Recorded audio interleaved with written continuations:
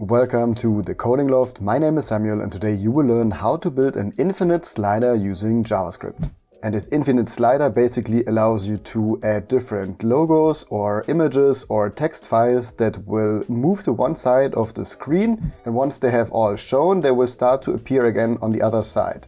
So that way you create an infinite loop. What's special about this project is that you will learn how to build a JavaScript class that you can insert into any website. So it's very reusable and you can customize it the way that you want it. Make sure to check out the GitHub repo down below. There you can find the full code as well as a README file which explains how to use this slider and how to provide the config object. If you're new to the channel, if you find this content useful and inspiring, then please leave a like and subscribe to the channel for more videos like this in the future. Without further ado, let's jump right in. Let's walk quickly through the setup of this project. First, we have an index file where we basically want to display our slider. And here I've created this div with the class of infinite slider __ outer container, which is where we want to insert our JavaScript slider. And down here we have a script tag which links to our JavaScript file right here. And the way that this JavaScript works is we import a class called infinite slider from infiniteslider.js. We build a slider config object, basically an object where we can specify different configuration options. And then we initialize a new logo slider by calling new infinite slider and passing in the options that we have provided in our slider config. This style file right here is only used to style our page. That means it sets a gray background, it centers everything in the middle, but that's it. So all we have to do is we have to define a slider class called class infinite slider. And because we import it here, we need to export it here as well. So we say export default class infinite slider. And now infinite slider has a constructor where we will pass in certain parameters.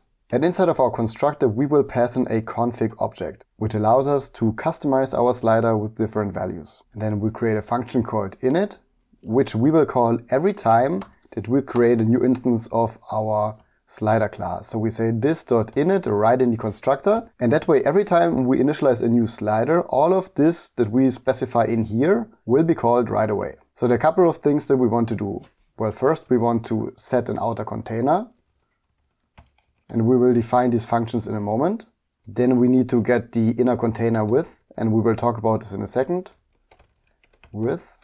After that we set the inner containers, which basically hold the content that we want to show on the page. Then we want to insert the CSS of our slider. And then we also want to insert the HTML because we want to show the slider in the page. And then lastly, we want to start the animation. So we call a function called start animation.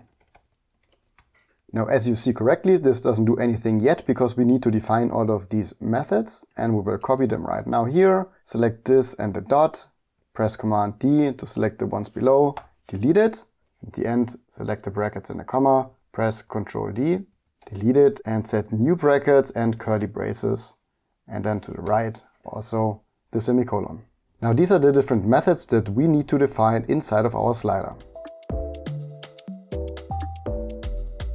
Before we continue, let's see how we want to solve this. So what we want to do with the JavaScript, inside of here we want to insert two divs, and one will be for the text, and the one below that will be for the images or elements that we want to loop through. So in here, for instance, we can have a heading that says hello. And then in here, we want to have two divs again, or it can be three divs. That depends a little bit on the content that we pass in. And inside of each of those, we want to have an element. Let's say a paragraph right now. It says 1, 2, 3. And again, we want to do the same thing here. And if we now look at our page right here, that's what we have. We have the outer container wrapper. Inside of here we have two divs. One holds some heading text and the other one holds the inner containers that we want to slide to the right and also display in one row. And to show you how this looks in our real life example, we have our text class right here, which has the class of infinite slider show title wrapper. And in there we have our as_seen_in_text. And below that we have the second div, which is the infinite slider inner container wrapper. And in there we have our inner containers. I will comment this out. It's just so you understand the basic structure that we want to use. So before we get started with defining the methods, let's first think about our constructor and the different parameters that we want to take in here. So let's first group them. So we have everything that relates to the outer container. We have everything that relates to the inner container. Then we have things that relate to our title. We have the elements, so the logos or the text that we want to display, as well as general controls of our slider. So basically how fast the slider is and so on. And then lastly, we initialize the slider. So our config file right here is an object. We want to pass in the slider config object. So it needs an outer container property, which is an object.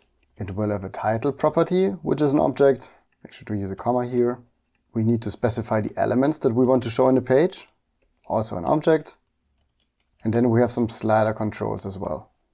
So we'll just copy and paste these values in here, and then we'll talk about them in a moment. So inside of the outer container, we want to define the selector where we want to display the element in our page. As you can see right here, it's a class called infinite slider _ outer container. So if you want to use this somewhere else, you can simply use a different class. We want to give the container a height, a margin, which in our case we will use to center it in the middle, some padding, some max width, a background color of white, and a gradient, which will sit right here at the side of the slider. Next to the text, we want to have a text property where we can define what kind of text we want to put in. We want to have a property where we can specify the font size, the font family, a color code, where we can align the text to the center, to the left or to the right, and a padding property. And the next, very important, our elements object. So each of the elements that we want to show has a certain width, a certain margin, some padding, a background color, some text color, and it consists of an array of items. So these are the items that will be inserted into each inner container. So each item is an object, so it has a source, which is an image source. Right now it links to our folder here with images, and a content property where you can also use some text if you don't want to use any images. And then lastly, in the slider controls, don't forget the colon here. And in here we have an auto start property where we can basically later specify if the slider should start automatically or if we want to call the start animation function ourselves. And then with these two, with the step and the interval time, we can specify how fast our slider should move. And then we will use a development mode property just to set some color, so it's easier to see what's actually going on inside of the HTML. So the default is false as well. And now with the slider config consisting of all of these different options, and of course you can add additional properties as well, but these are the ones that we will use for our video right here. So again, to summarize, down here when we initialize a new slider, we then pass in this config object that we just specified, and inside of our infinite slider we can access the different properties through this config object right here in the constructor. So now we want to get all of the different elements from our config object. So we have an outer container, which is an object that we will get from config.outerContainer. Now we also provide a default value, so if config.outerContainer doesn't exist, we just want to initialize an empty object. And now we can set the different properties that we have. So we have a selector property, and we will get it from our config.outerContainer.selector. Don't forget the equal sign. And again, we specify a default value. So if we don't have a selector property inside of the outer container config object, then we want to always look for the slider container _ outer container. And the next properties I will just copy and paste. So we do the same thing with the height, the margin, the padding, max width, background, and side gradient. We always take them from the corresponding config property. And if we don't have them, we set a default value. The reason we do that is so we won't get any JavaScript errors if the property doesn't exist. And then lastly, we will create a property called this.innerContainer.element. And we don't have this inside of a config object. This we will use to set the DOM reference later. And before I forget, for our config up here, we will also set a default value. So if we don't provide any config object, we will use an empty object as a default value. Now the inner container we will skip for now, and we'll do the same with the title. So again, we have a title property, which we will take from config.title. And if we don't have that, we will use an empty object as the default.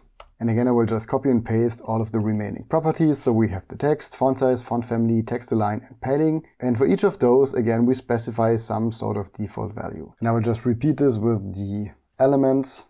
So again, we will create an elements property, set it to an empty object as a default, and repeat the same thing with the width, margin, padding, items, and background. And again, we do the same right here with our slider controls. So if you compare this now to a config object, Right here we have all of the same properties. We have the outer container object and the properties inside, here inside of our constructor, so now we can access them inside of our slider class. And the same is true for title, elements and slider controls. Now you might have seen that we have this inner container comment right here, where we want to specify some properties of the inner container that we don't have inside of our config object. That's why we're doing it last. So again, we want to have an inner container, which again is an object.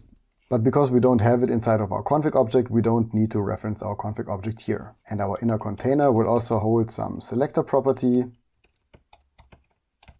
which is basically the HTML class that we give it, so we can see it inside of the HTML and also get some reference to it later. Then we have an inner container array, because we want to hold several different containers based on how many elements we provide. And each inner container has a width. This is a very important property that we will set later, and this will be null at the beginning. So back in our project, nothing has changed yet, because all of these different properties that we defined, we haven't used them anywhere yet. That's what we will do next. And to see that this is working, we can for now just console.log, let's say our outer container and our this.title property, and then we will see how they look in our console.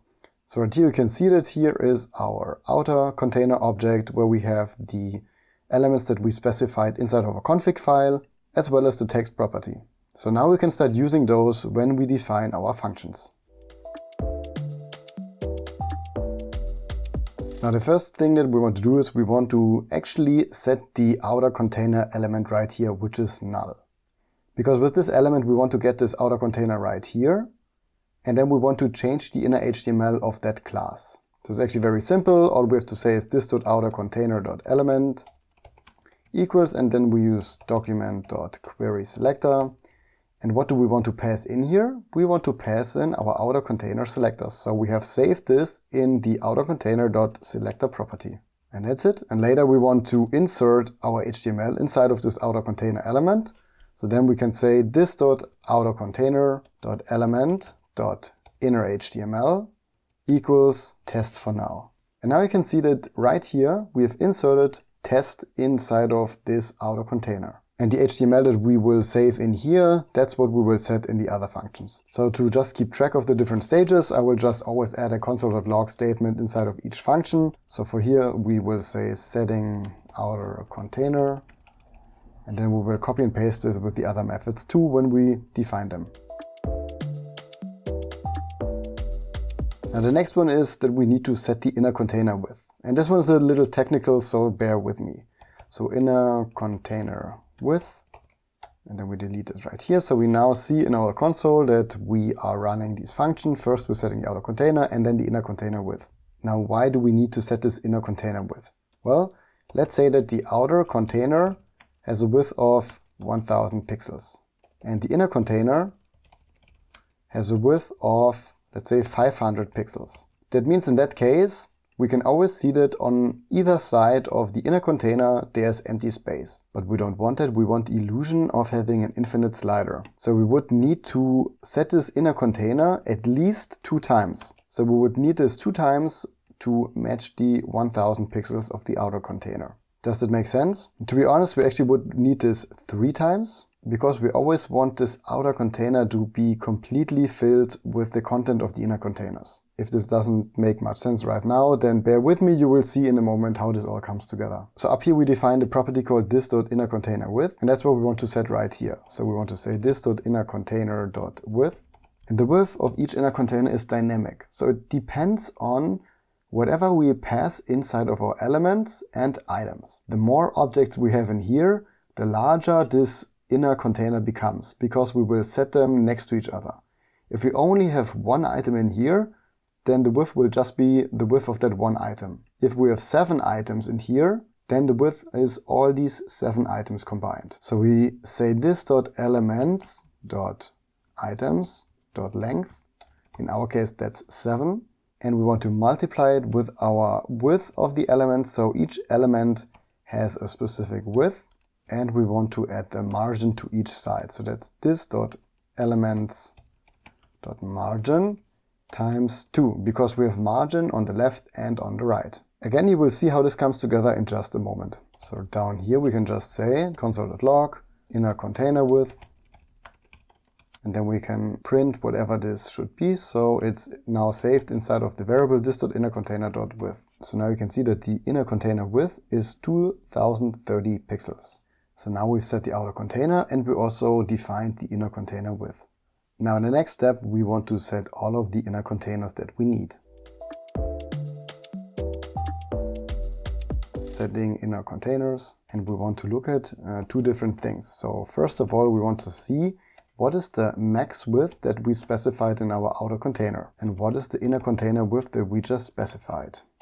So right now you can see that we have 1500 as the outer container and the inner container is 2030 pixels. So now we need to define how many inner containers do we need. So when they move to either side, the whole outer container is always filled. Now the way that we do that is we have to divide the outer container max width by the inner container width, which right now is 0.7. So from that ratio we want to get a variable called container amount.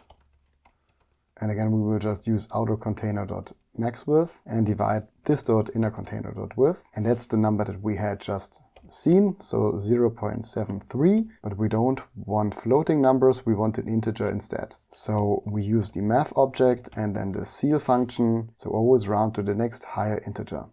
So in our case, we have 0.7, we round up to 1. But we need more than one container once we start moving it, so we will always need to add at least one. So the minimum container amount that we need is 2. So let's console.log this right now. So we just print container needed, and then we can print the container amount.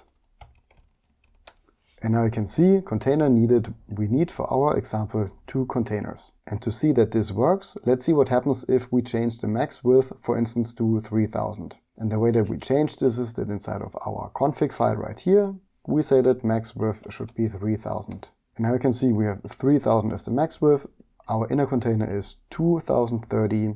So if we divide this, we have 1.4, which would round up to 2. And as we said, we always need at least one container more. So in this case, in total, we would need 3 containers that we then move inside of the outer container. And now that we know the amount of inner containers that we need, so we want to now create for each container the necessary HTML and also provide a unique identifier for that container. So we say var I equals 0, I is smaller than container amount, and with each iteration we want to add 1. So inside of here we want to have a container HTML variable that holds the container HTML as a text string later.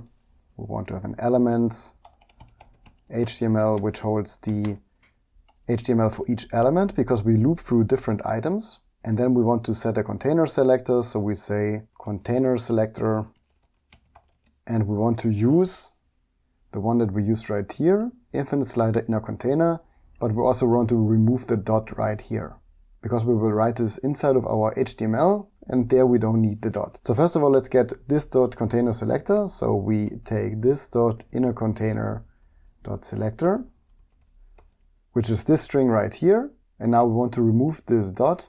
So we say dot replace all, and then we replace all dots basically by nothing, by no space. And we also want to use this inside of a dynamic string. So we will use a template string and then wrap this as a variable.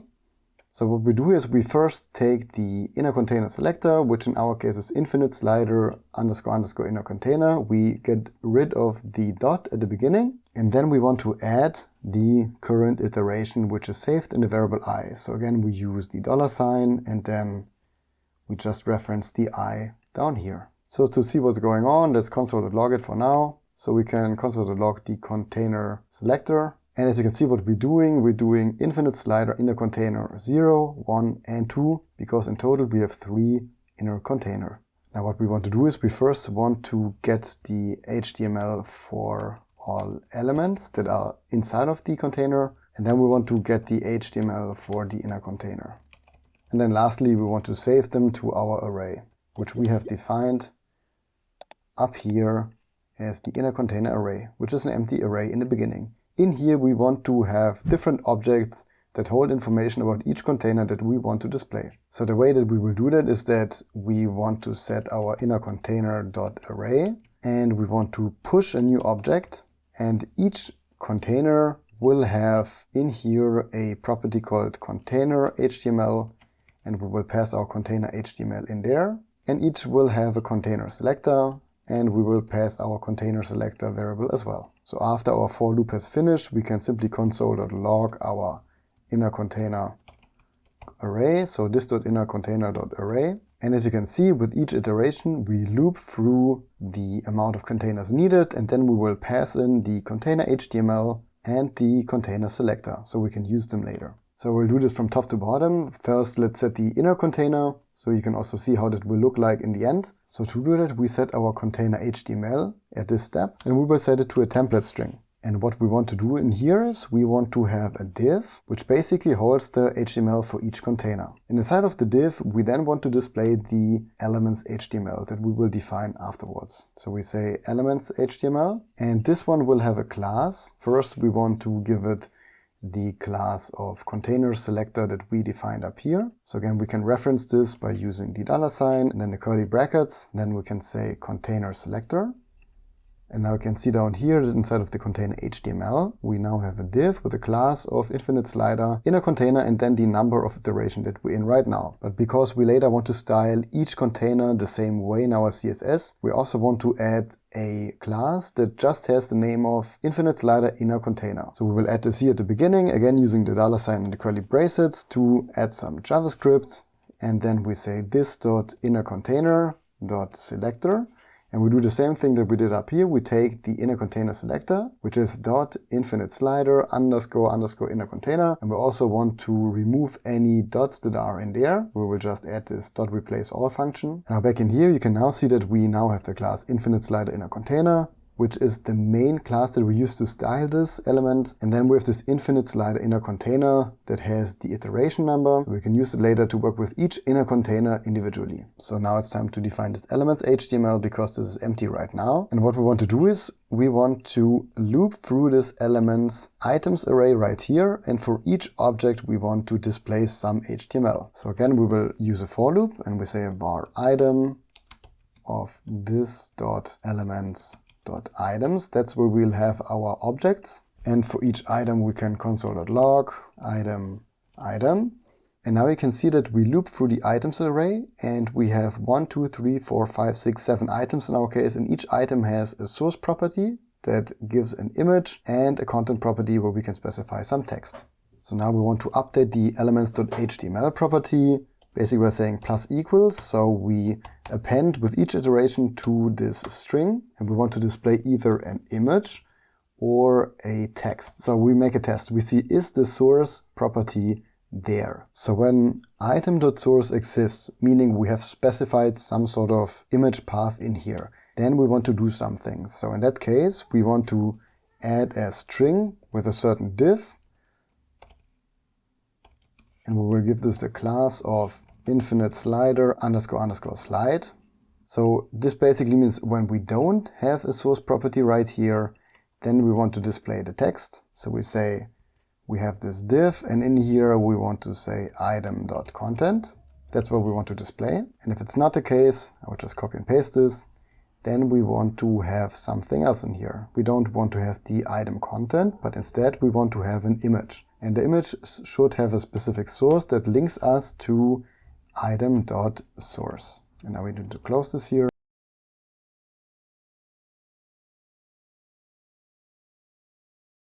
So when we don't have a source property, meaning we don't have an image provided, then we want to display the content that's inside of the content property. So to this elements HTML, we then append a div with the class of infinite slider slide that has the content printed in the middle. And if this is not the case, so meaning we do have a source property, then we want to append a string that gives us a div with an image inside that has the item source as the source property. So now as you can see, at the end, when we append our inner container array, we can now see this container HTML. And now this container HTML, if you look at it, it has the outer container, and then for each element it has one div that has the image source as the source for the image. So we're making really good progress. Now we can move on to the next function, which is to insert our CSS.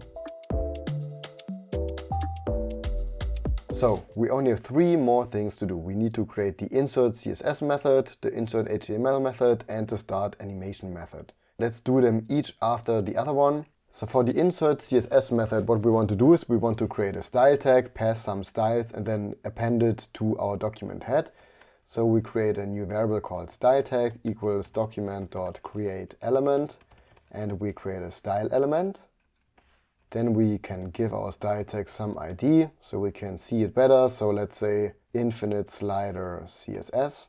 And then we want to take the style tag and adjust the inner HTML. So we will use a template string for that. And then last but not least, we will take the document head and then we append as a child our style tag. So now when we inspect our document, we can see that we have the style tag right now here with the ID of infinite slider CSS. So let's now insert the CSS. So I will copy and paste it right now, and then we'll talk about it in just a second. So inside of our template string at styletag.innerHTML, we've now pasted in some styles. And when I go back to our project right now, you can see that all those styles are now inserted into our style tag. So now our HTML has access to them. And as you can see, we use quite a couple of variables, such as the outer container selector that we specified above, which then translates into the actual name that we gave it, which in our case is infinite slider __ outer container. I will close the Explorer for now, so we have a bit more space in the screen. So right here we have the outer container. We have a background that we specify in our config. We have this property called slidercontrols.development_mode, where we can basically say, do we want a border around the outer container? It's just for us to see better where the outer container is. And we use the same thing also to better understand where the inner containers start and end. We set a height, max width, padding, and we set the display style to grid. And then we use the before and after pseudo selector in order to create our gradient. So in here, in the background property, we specify an RGBA gradient that shifts from one color to another. And what this if condition basically checks, do we have something specified in the side gradient RGB property? And if yes, then the length is larger than 0. And in that case, we want to return that background color. So in our config, we have added 255, 255, 255, which is white. So in our final CSS, this will translate into a background of a linear gradient, which goes from the left to the right and shifts from an RGB color of white with a low transparency to a high transparency. That's what this string right here does. It basically just takes whatever color we've added inside gradient RGB and it prints it inside of this string right here. And then we take the after pseudo element and instead of adjusting it at the left side, we adjust it at the right side. And we don't set the gradient to the right, but to the left instead. So just to see that this is working, if we change this to, let's say 10, 10, 10, then we suddenly have a gradient from a very dark gray that goes to no gray at all. I will change this back. And we have our white gradient, which comes back to life once we start adding in the logos. As explained earlier, inside of our outer container, we have 2 divs. One is a title div, the other one has all of the inner containers. And this outer div right here is basically our title wrapper. So in our config, we can then define whether we want to show a title or not. And for each case, we want to either show a title or hide the title. And then inside of this wrapper, we have our actual title class where we can specify the color code, the font size, the font family, and the padding. And as the default font family, we have used Open Sans, which is a Google font that we import right here with this import statement. So you can see that we import the Open Sans family. Then we move on to this inner container wrapper, which holds several inner containers. And you can see that we pass in whatever we use as this inner container selector name. And then we have the wrapper class, which just says, position this relative so we can position the container inside absolute. And then for the containers inside, we position them absolute, as just said.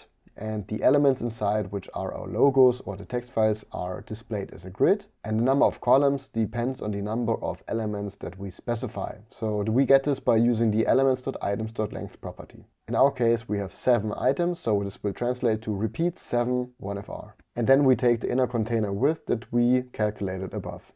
And last but not least, we have the slide, which is each individual item inside of our inner container. So in our case, we have 7 infinite slider slides inside of our container. And here we can set a background color, we can set a margin, a padding, a width, a height, and a font family. All of that we can do inside of our config. So inside of this elements property, you can then specify all of these different properties. But we still can't see anything because we haven't inserted our HTML. So let's do that right now and see what our final slider looks like.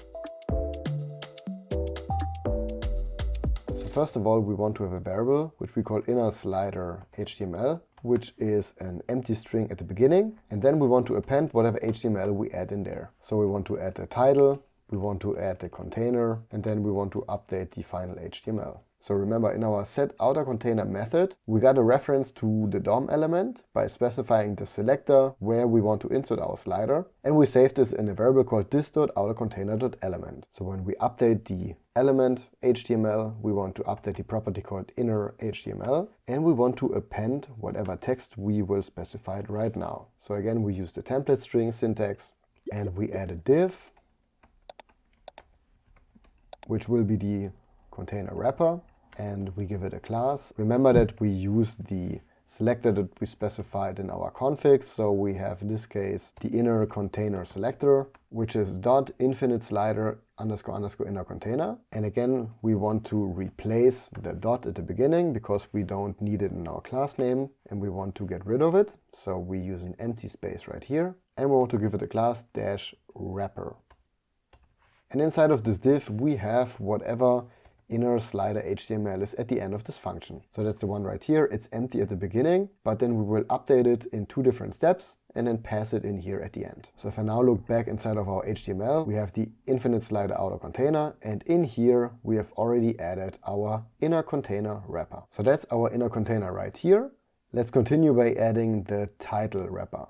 And that's what we do in this step up here. So we also say this.outercontainer.element.innerHTML plus equals, because we appended, we first want to set a div that holds everything that has to do with the title. So we give it a class name, and here we want to see, do we have a text property specified? So inside of our config file, we have the title object and we have a text property. If we don't have any text in here, we don't want to show anything. But if we do have this property specified, then we want to add a class that shows us this wrapper. So again, we make a ternary condition and we say if this is true, then we want to give it a class name of infinite slider __ show title wrapper. And if it's not given, meaning we don't have a text specified, we don't want to show a title, then we want to say infinite slider __ hide title wrapper. And if we look back into our CSS, that's what we have right here. The show title wrapper sets display to block, so we see the title wrapper. And if we don't have a text title specified, then we don't want to display it, so we say display none. So now inside of here, what do we want to show? We want to show a heading of h1, and we want to give it a class name of infinite slider __ title. And then here we want to show whatever we have saved in this.title.text. So right now, when I look inside of the HTML, you can see that now we do have this additional div up here, which has our as seen in text. So again, to sum up, first we add this div for the title inside of our element inner HTML. And then up here we append to it. So we add additional HTML, which is the div that holds all of the inner container. So in the HTML we have 2 different divs, one for the title and one for the inner container. So remember up here we said we have an inner container width of 2030 with a max width of 3000 right now. So we will need at least 3 containers. And therefore we've created this array with 3 different items, and each item is an object that contains the container HTML for each container. So in order to update this inner slider HTML right here that we want to display, we now want to loop through the container array. So we say var container of this.innerContainer.array. And then we want to add to our inner slider HTML. Again, we want to append by saying plus equal. And then we take from the container item inside of this array, we want to take the property called container HTML, because there we've saved the HTML for that container earlier. And if we look back in our HTML, we can now see that we do have these inner containers here and we do have the infinite slider slides, but they don't seem to be at the right position right now. And the way we solve this is by adding some additional CSS when we call the setInnerContainers function. Because here we set the container HTML for each container that we then save into each object. And what we want to do is we want to add a style property right here. So inside of the style attribute, we want to use the transform property. And inside of transform, we want to call a method called translate. And what we can do in translate, we can move whatever element we specify it on the x-axis and on the y-axis. So let's start with the x-axis. We have 3 containers, and the first one we want to start exactly here on the left side. So we need to set this to 0. And for the next one, we want to go exactly 2030 pixels to the right, because that's where the second container should start. And the way that we do that is, again, we use the $ to reference a JavaScript variable, and we use this .inner container.width, and we multiply it by whatever iteration we're in. So in the first iteration, this is 0, so this will be 0. In the second iteration, it's 2030, and then this is 2030, and the next iteration it will be 4060. So each container will be positioned exactly at the right position on the x-axis. And we also need to say pixels up here, because we need to specify this as a pixels amount. So back in the HTML, you can see that this translated to transform translates 0 pixels, translate 2030 pixels, and here translate 4060 pixels. And now we need to specify this y property, and for that all we have to say is minus 50%. And as you might see, it hasn't worked yet, because when writing the style tag, I kind of forgot to add this closing quotation mark right here. So we set this after the class that we specified. And now you can see that we have moved each container 50% to the top. So now it sits exactly where it should sit inside of our HTML. And to show you again the position on the x-axis, the first one is positioned here at 0 pixels. That's here at the left. And the second one is positioned to the right, 2030 pixels. And the third one is even put further to the right. And now we have the CSS and the HTML added to our screen. So we're almost done. We now just need to finish this start animation function. And the way that we do that is we want to move all of the containers to the left. And we want to listen to this position right here where our outer container stops. So when we move this inner container to the right and its right position goes further to the left than this side right here, we want to take it and move it all the way back to the rightest position of our container. And that way we create this infinite loop.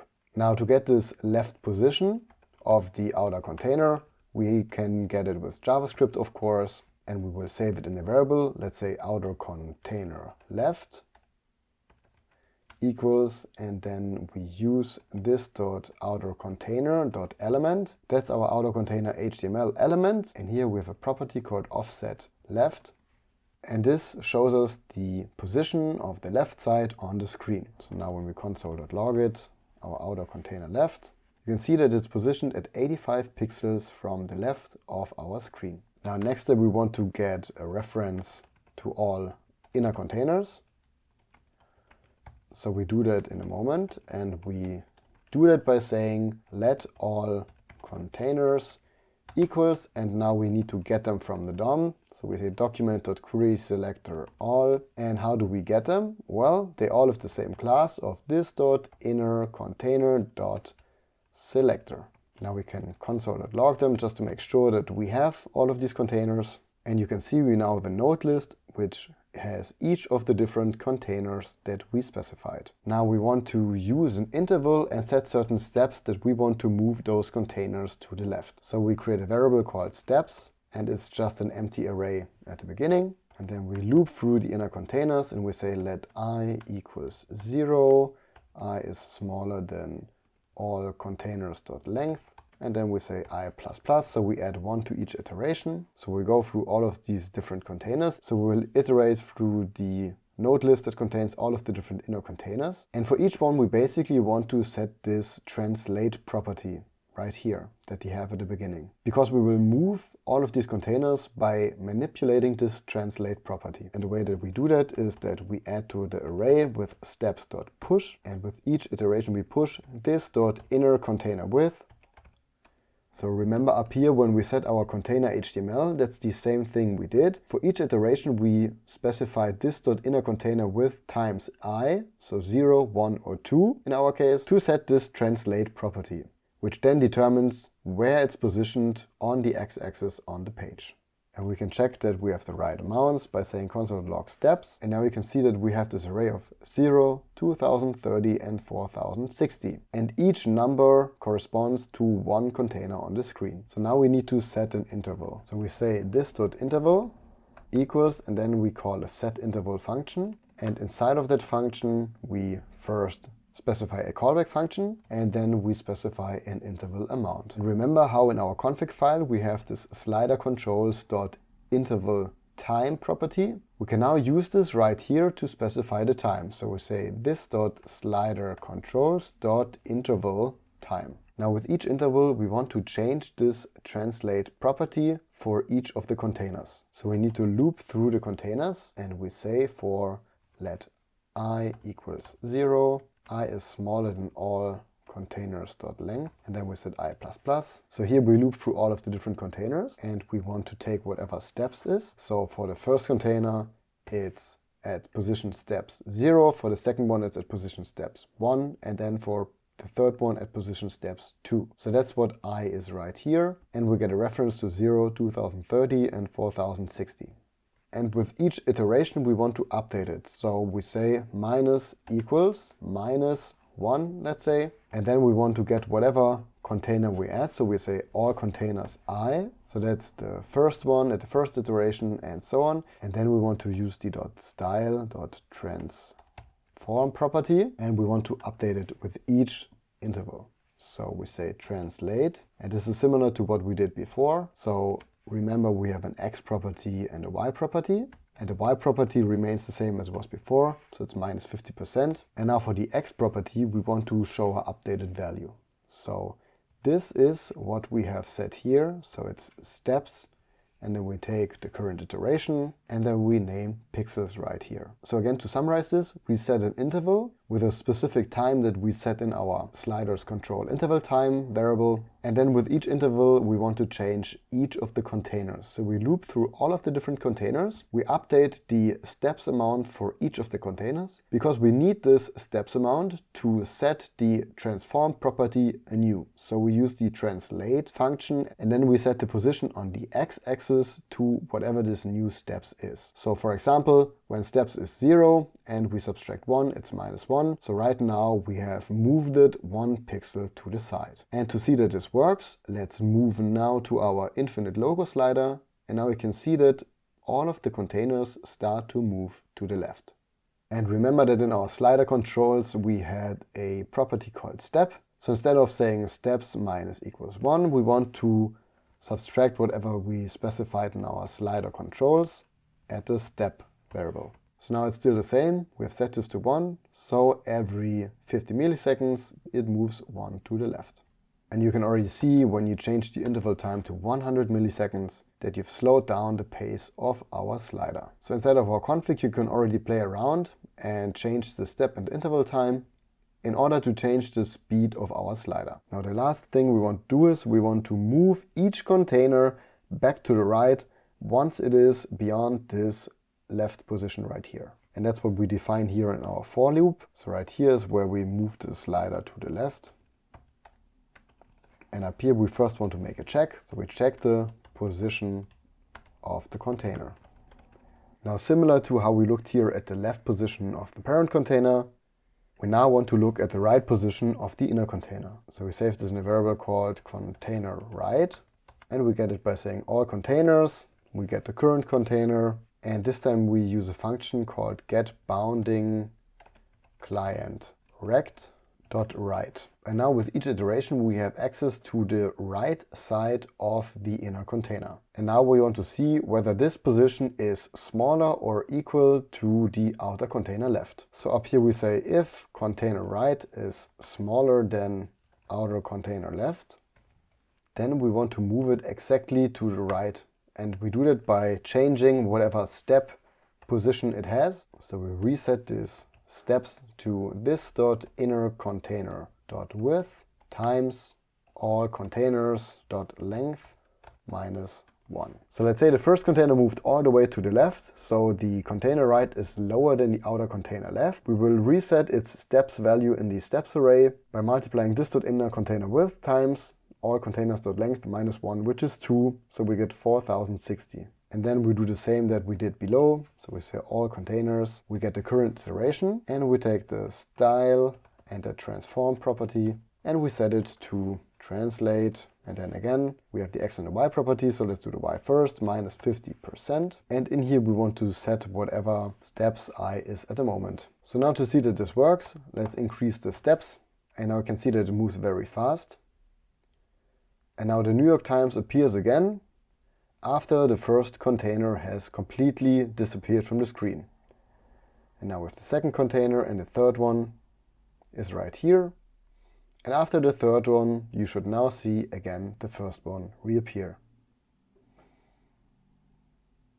And there you have it, again the New York Times, because now all of the containers start to be added again to the right side once they leave this outer container left here. Of course, step 10 is way too fast, so again let's put 0.05. And now you have this really nice infinite logo slider. Now one thing I wanted to show you again is we have set this development mode here to false. If you want to understand better what's going on, you can set it to true. And now you can see a green border of the outer container and a red one for each inner container. Now by adding these green borders, it's just a bit easier to understand what's actually going on inside of the HTML. So the green border shows us where the outer container is, and the red border shows us the inner container. So in a moment you will see how each container is separated from the other ones. So right here you see that our first container ends and our second container starts. But of course in production you would set this to false, so you don't see any of the borders here. And that, my friends, is how you create an infinite logo slider using only JavaScript. So to sum it up again, we have created an infinite slider class that we export right here, so we can import it in different files. Inside of the constructor we pass in a config, which is either an empty object or whatever we specify. And then we specify a lot of different properties right here. You can also expand on this and add additional properties and add them into the HTML and the CSS. Then we've set the outer container where we want to display our HTML. We have calculated the inner container width because we will use this several times throughout our code, and it is dynamic because it depends on the amount of elements and the properties that we specify in the config file. Then we set all of the inner containers, we specify the HTML, and we save it in our inner container array. We insert the CSS, we insert the HTML, and then last but not least we use this start animation function right here. And inside of our actual file we import this infinite slider class, we define a new slider config object with all of the different properties that we want to set, and then we create a new logo slider right here. And every time the logo slider is created, we call this init function, which will call all of these different methods right after each other. And then last but not least, we have the slider controls auto start property right here, and we can also use this again here, so we say slider controls.auto start. If this is true, then we want to start our animation automatically. If it's not true, so if it's set to false, then we don't want to do anything. So if I set it to false, our slider will not run, because in that scenario we could attach this start animation function to a specific event, such as clicking a button. Now, I would love to hear from you. What did you enjoy about this video? What could be done better? Please let me know in the comments down below. And if you did find this video helpful, then please leave a like and a comment down below. And don't forget to subscribe to the channel for more videos like this in the future. Thanks for watching. See you next time.